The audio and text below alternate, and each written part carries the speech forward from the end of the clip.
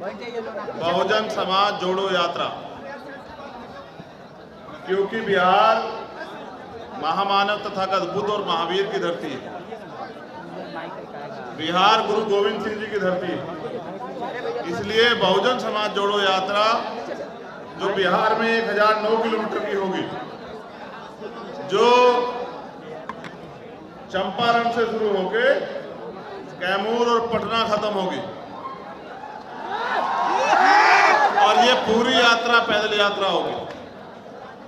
इस अवसर पे गांव-गांव हमारे साथी जाके, हमारे प्रदेश अध्यक्ष दोनों, हमारे प्रभारी जी और तमाम जितने हमारे पार्टी और संगठन के वरिष्ठ नेता उनके नेतृत्व में पिछले 7-8 साल की केंद्र की सरकार और यहाँ की सरकारों के राज में जो अन्याय अत्याचार हुआ है उसको आम जनमानस तक पहुँचाने का काम करेगी और अपने लोगों को होशियार करेगी।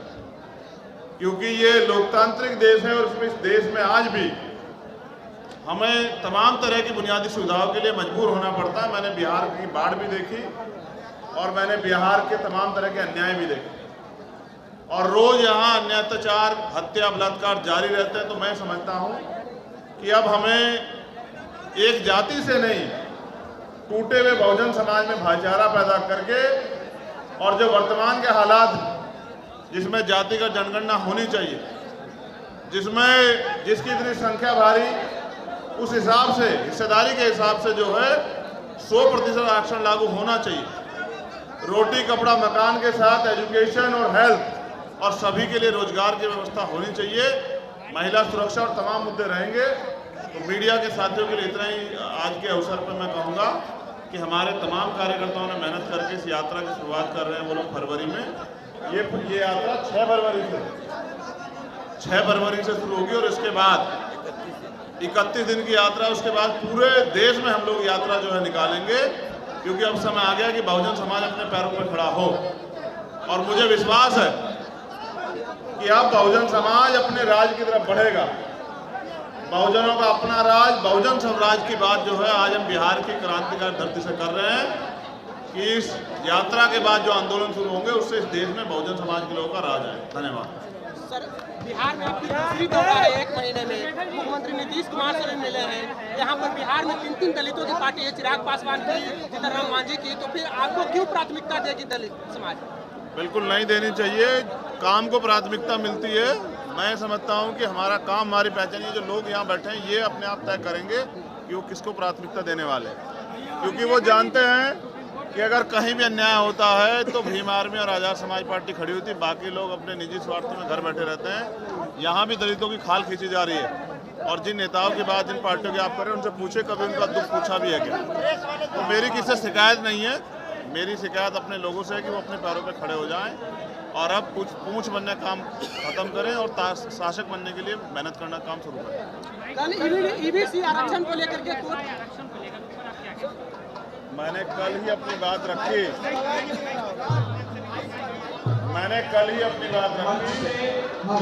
EWS जो है, EWS कॉन्स्टिट्यूशन का वायलेशन है। संविधान में जो आरक्षण का प्रावधान है वो शैक्षिक पिछड़ापन और प्रतिनिधित्व के आधार पर है, सामाजिक पिछड़ेपन के आधार पर, आर्थिक आधार पर नहीं है। पूरा हथकंडा जातिगत आरक्षण को खत्म करने के लिए मैं इसका विरोध करता हूँ। क्योंकि जो चीफ जस्टिस हैं यूयू ललित, जो उस बैच में, तो उन्होंने भी इस बात को कहा कि अगर आर्थिक आधार पर आरक्षण दिया जाता है और वो उसका आधार गरीबी है, तो गरीबी में तो SC, ST, OBC के लोग भी आते हैं, जिससे तो जातिवाद होगा और ये संविधान की मूल भावना के खिलाफ है। तो मैं चीफ जस्टिस की बात का समर्थन करते हुए कहता हूँ कि वो जो पूरा फैसला है वो जाति की जो संभावना है, जाति का जो प्यार है, उसको मद्देनजर रखकर किया गया है। क्योंकि SC, ST, OBC का कोई जज उनमें नहीं है, सब स्वर्ण जाति के जज हैं। तो मुझे उम्मीद नहीं कि जब तक all India judicial service commission नहीं बनेगा, कोलोजियम सिस्टम रहेगा, तो हमारे हित में सुप्रीम कोर्ट, हाई कोर्ट से फैसले होंगे।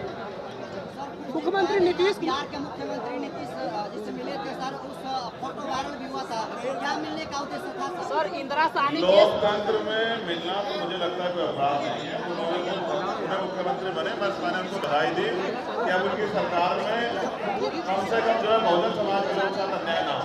क्या सर जब सर इंद्रासानी केस में 9 जजमेंट जो था 9 जज आके फैसला दिए थे कि जो कैप 50% का कैप लगा वो कैप खत्म हो गई है। खत्म हो गया है। बधाई हो पूरे बिहार को और पूरे देश के बहुजन समाज के लोगों को।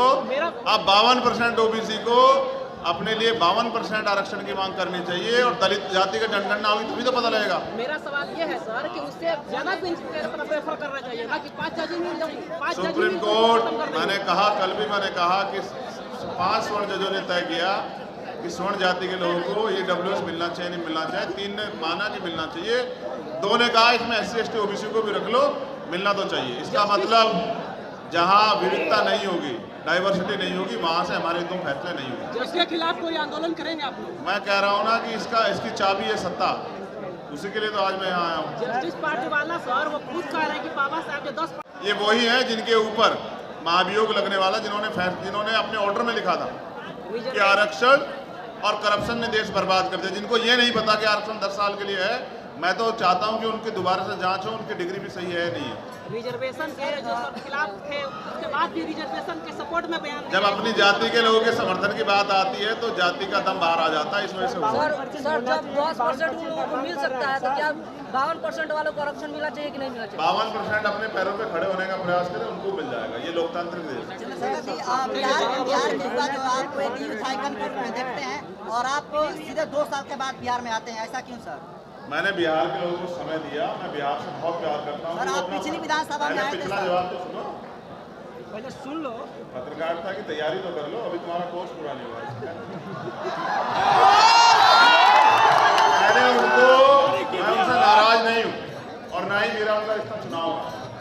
मैंने उनको समय दिया कि वो तैयार हो जाए, संगठन बनाया। अब उन्होंने संगठन काम बड़े पैमाने पर तैयार कर लिया है। जब संगठन होगा तो मेरा काम है उनको गाइड करना, मैं उनको गाइड करने के लिए आ गया। और ये बताओ, अगर मैं यहाँ नहीं आता वो तो आते हैं दिल्ली। अगर यहाँ के नौजवान दिल्ली जाके मुझसे बात कर लेते तो इससे तुम्हें परेशानी नहीं होनी चाहिए। मैं इस मिट्टी में पक के आया हूँ, मैं राजा का बेटा नहीं हूँ। मैं संघर्ष करके यहाँ तक पहुँचा और मैं जानता हूँ उनकी समस्या क्या है।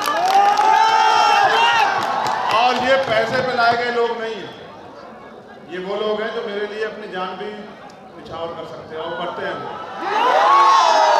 मेरे खून का एक कतरा अगर इस अधिकारों की लड़ाई में खर्च हो जाता या मेरा बलिदान हो जाता तो भी मुझे कोई तकलीफ नहीं। मेरा काम है पूरे देश में सोए हुए बहुजन समाज को जागरूक करूं।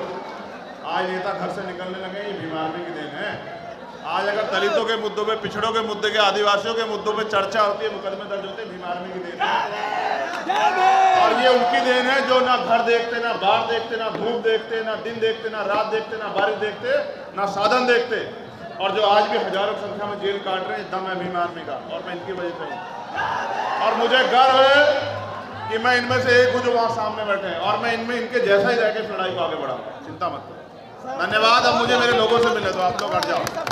अगर यह वीडियो आप हमारे YouTube चैनल पर देख रहे हैं तो चैनल को सब्सक्राइब करें, वीडियो को लाइक करें और शेयर करें। अगर आप यह वीडियो हमारे फेसबुक पेज पर देख रहे हैं तो पेज को फॉलो करें और वीडियो शेयर ज़रूर करें। अपनी प्रतिक्रिया नीचे कमेंट बॉक्स में दें।